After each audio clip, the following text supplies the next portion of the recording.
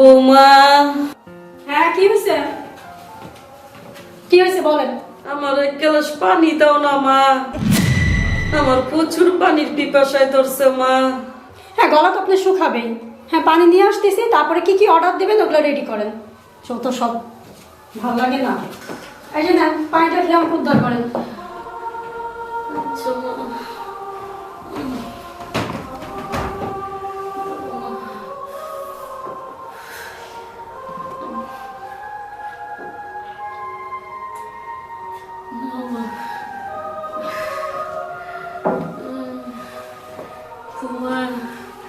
আমার না পা দুটা ব্যথা করতেছে মা, একটু টিপা তো আমার পা দুটা মা। আমি তো আপনার বাড়িতে বউ হয়ে আসিনি, আসছি একটা বান্দি দাসী হয়ে, একটা চাকরানি হয়ে আসছি আমি। সকালে একটা অর্ডার দিবেন, বিকালে দিবেন, রাত্রে দিবেন, মানে আমি অর্ডার উপরে থাকবো। আসছি পাউডার পাওয়ার জন্য, আপনি মেয়ের কাপড় চোপড় ধোয়ার জন্য। এছাড়া আমার আর কোনো কিছু করার নেই বাড়িতে। আমি জানি না আমার এখানে কতদিন টিকবো, আমি কতদিন থাকবো। এইভাবে টর্চার কতদিন করবেন আপনারা? বৌমা একটু টিপা দাও না মা, আমার খুব ব্যথা করতেছে মা। দেন। বৌমা একটু আস্তে আস্তে টিপা দাও বৌমা,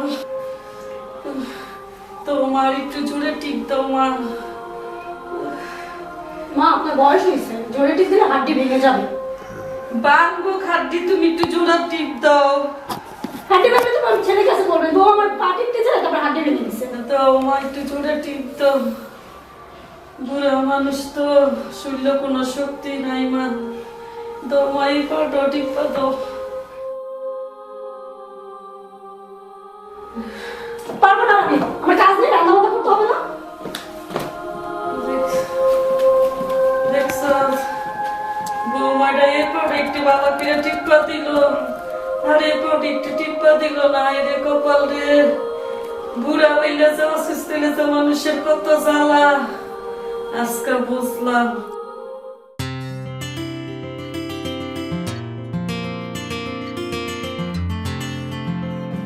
ভাবি সারাক্ষণ কি অনলাইনে থাকবা? তোমার কি কাজ বাকি আছে? আমার কলেজে কাপড় চোপড় ধুতে হবে না? আচ্ছা নূপুর, তুমি তো যথেষ্ট বড় হইছো, ম্যাচিউরড একটা মেয়ে, তুমি কলেজে পড়ো, তোমার এই ছোটখাটো কাজগুলো তো তুমি করতে পারো না? না আমি পারি না। তুমি যতদিন বাড়িতে আছো কেন আমি কাপড় চোপড় ধোবো? বিয়ে দিতে হবে না তোমাকে? হ্যাঁ দিবে। তো তোমার এগুলো শিখতে হবে না? পরে শিখবো, এখন কেন শিখাতে প্রয়োজন পড়ে না। আর যদি কাপড় চোপড় ধুতে না পারো তাহলে চলে যাও। কত বড় সাহস! এই আমি চলে যাওয়ার তুমি বলার কে? ভাবি অস্তে কথা বলো, আমি কিন্তু ভাইয়ের কাছে বিচার দেবো। ভাইয়ের কাছে বিচার দিবা? যাও এখন যাও, যাও এখন যাও, বিচার দাও যাও। আচ্ছা বিচার দিচ্ছি। বেয়াদব মেয়ে একটা।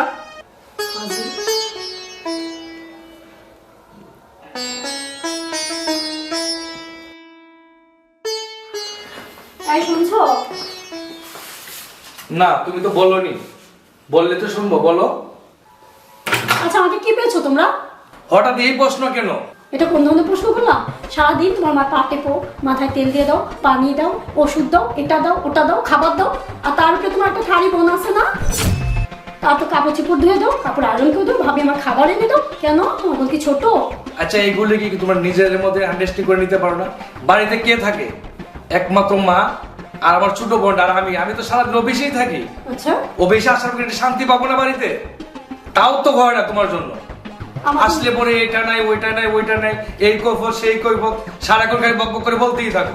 আমি বলছি তোমার ছোট বোনটা ছোট না, আর ও আমাকে কোনো ব্যাপার ফোর্স করতে পারে না। আমি ওর কাপড় ধুয়ে দিয়ে দিব না, আমাকে বলবে বের হয়ে যেতে। আচ্ছা ও না ছোট মানুষ, কি এমন বয়স হচ্ছে? আমি ওর বড় ভাবি, এটা সেন্সে রাখা উচিত ছিল। ও পড়াশোনা করো, ছোট বাচ্চা না। বারবার বলতে ছোট বোন ছোট বোন ছোট বোন, মানে কি আমি ছোট? তাহলে ও যদি ছোট হয়, আমি আমার বাবা মার একমাত্র মেয়ে, আমিও ছোট মানুষ, আমি এসব পারবো না। সব সময় না তুমি এই ছোট জিনিসটাকে অনেক বড় করে দেখো। তোমার কাছে আমি বলে রাখি, কোন দিন যদি আমি বাড়ি ছেড়ে চলে যাবো, তোমাকেও বলবো না, সেই দিন দেখবা, মনে রাখো তুমি।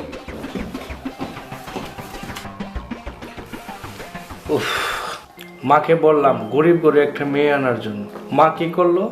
বড় করে মেয়ে নিয়ে আসলো, বিশাল ব্যাপার স্যাপার, তাও নাকি শিক্ষিত মেয়ে। জানি না আল্লাহ বাকি জীবনটা কিভাবে যাবে। মা, ও মা, মা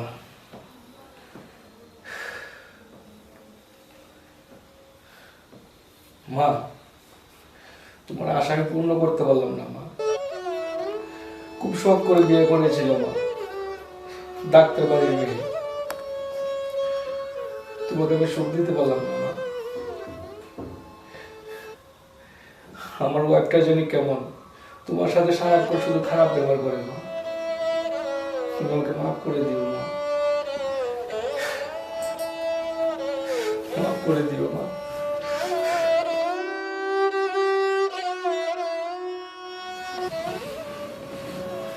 তুমি ঘুমাওনি মা? বাজান ঘুমাইছিলাম, তোর কথা শুন না আমার ঘুম ভাঙে গেছে।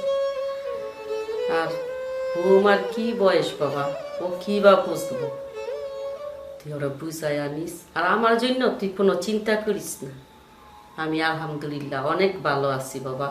হ্যাঁ মা, তোমাকে দেখলেই বোঝা যায় তুমি কতটুকু ভালো আছো মা। তুমি ওর জন্য দোয়া করো মা, ও যেন তোমার সাথে ভালো ব্যবহার করে মা। যা বাজান, অনেক দূর থেকে আইসো, আপনি তুইয়া এবার তোরা খাইয়া নিয়ে যা, নুপুরে বগা বাদ দিতে। তুমি খাবো না মা? আমি খাইছি বাবা। যা, ওষুধ খাইছো মা? হ্যাঁ ওষুধও খাইছি। মা তুমি শুয়ে থাকো মা, ঠিক আছে বাবা। আমি যাই।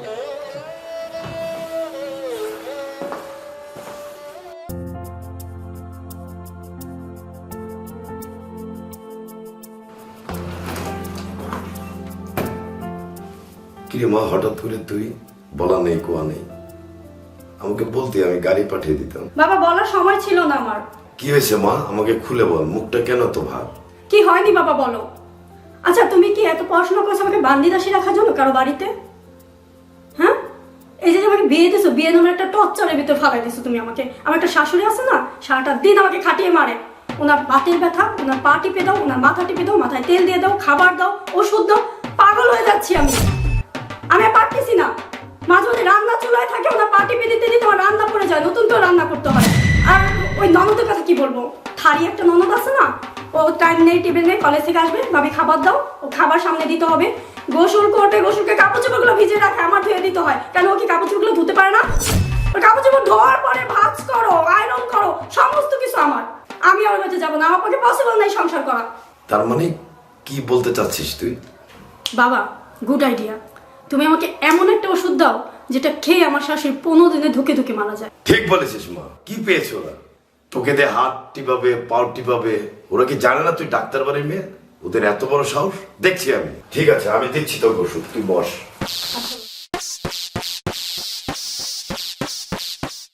বুড়ি এবার বুঝবে মজা, আমাকে দিয়ে হাত পা টিপানো। হাত পা টিপে দাও, হাত পা ব্যথা করছে বৌমা, এবার বুঝবে। আগে ওই বুড়িটাকে খাওয়াই, এটাকে মারি, তারপরে ননদটাকে দেখবো। বাবা আসছো, ওষুধ দিয়ে আসছো?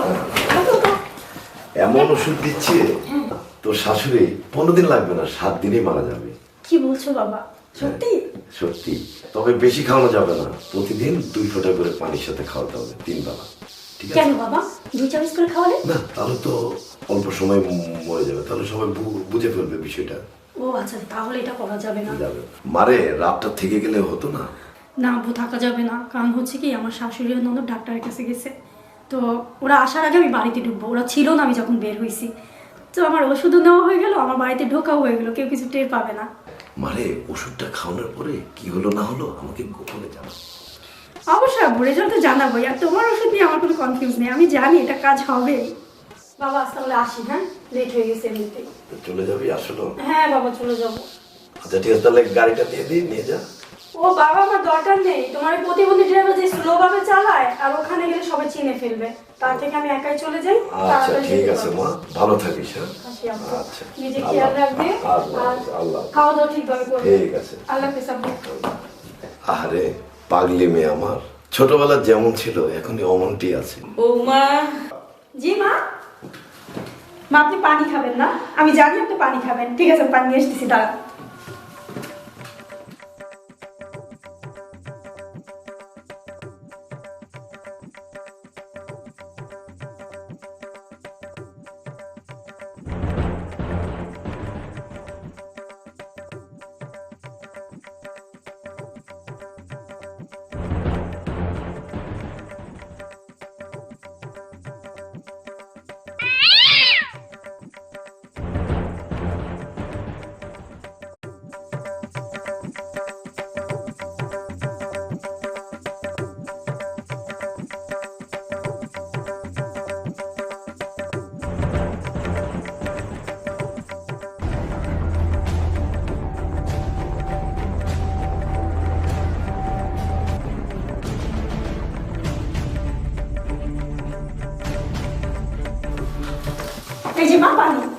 উঠেন। এই যে মা, আপনি পানি নিয়ে আসছি। উঠুন না, উঠুন, পানি উঠুন। আনছো, মা? আস্তে আস্তে আস্তে উঠুন।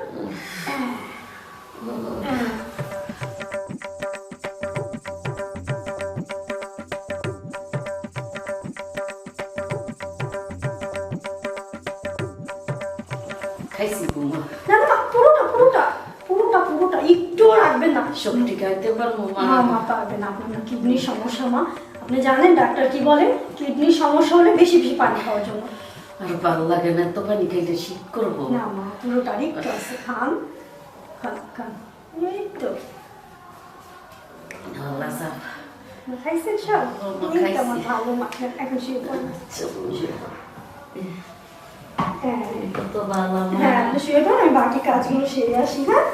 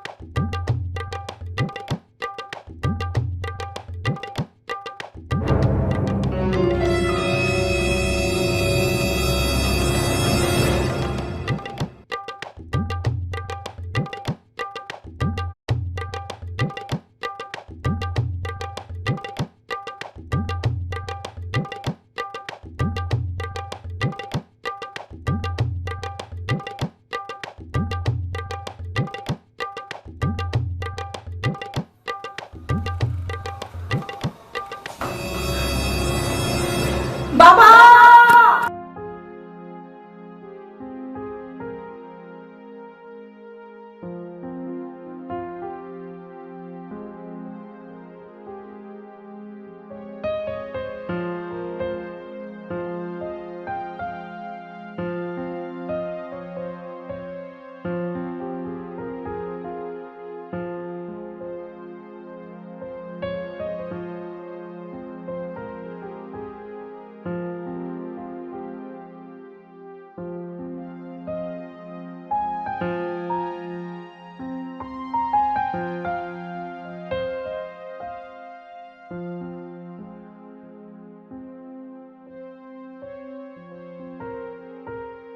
বল মা, কি খবর? ওষুধে কাজ হয়েছে তো?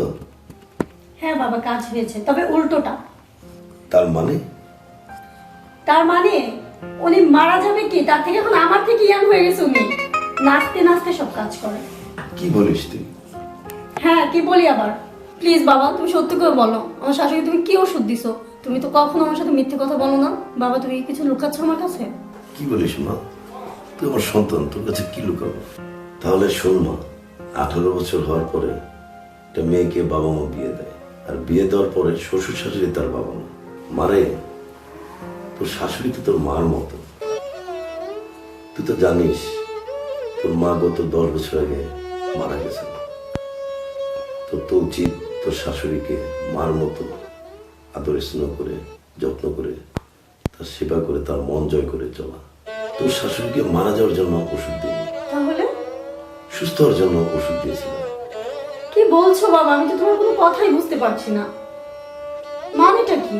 একটি মেয়েকে তার বাকিটা জীবন স্বামী বাড়িতে কাটাতে হয়। তা আমি চাই তুই তোর জীবনটা ওইভাবেই তোর স্বামী বাড়িতে কাটিয়ে যাবি। মারে, এখন মাথাটা ঠান্ডা কর, বাকিটা জীবন সুন্দর করে স্বামী সংসারে শাশুড়িকে সেবা করে দিনটা কাটিয়ে দে।